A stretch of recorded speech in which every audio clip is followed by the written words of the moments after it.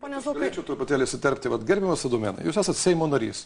Praėjusiais metais ši vyriausybė teikia pirmą kartą padidinti gyventojų pajamų mokesčio dalį, kurią sumoka Vilniečiai nuo 42 iki 48%. Kaip jūs balsavote dėl gyventojų pajamų mokesčio padidinimo praėjusių metų rudenį? Už. Už. Melagis. Gerbėjim, parodykit kameras, pono Adomėno balsavimas. Jis balsavo prieš, kad padidinti gyventojų pajamų mokestį nuo 42 iki 48%.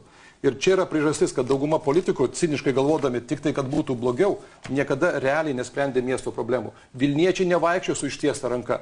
Vilniečiai sumoka 2 milijardus gyventojų pajamų mokesčio.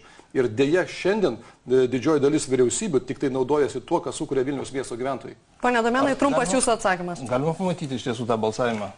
Čia jau matyt po laidos išsiaiškinsite, bet jūs tiesiog galbūt tiksliai... Įstatymo projektas, o toliau net ir visi kiti balsavimai jūs. Čia matyt jau po laidos išsiaiškinsite šitus dalykus, kasgi kaip balsavo. Dėkoju už dėmesį. Vilniaus miesto meras Artūras Zuokas ir taip pat Tėvynės sąjungos Lietuvos krikščionių demokratų Vilniaus miesto skyriaus sueigos pirmininkas Mantas Adomėnas.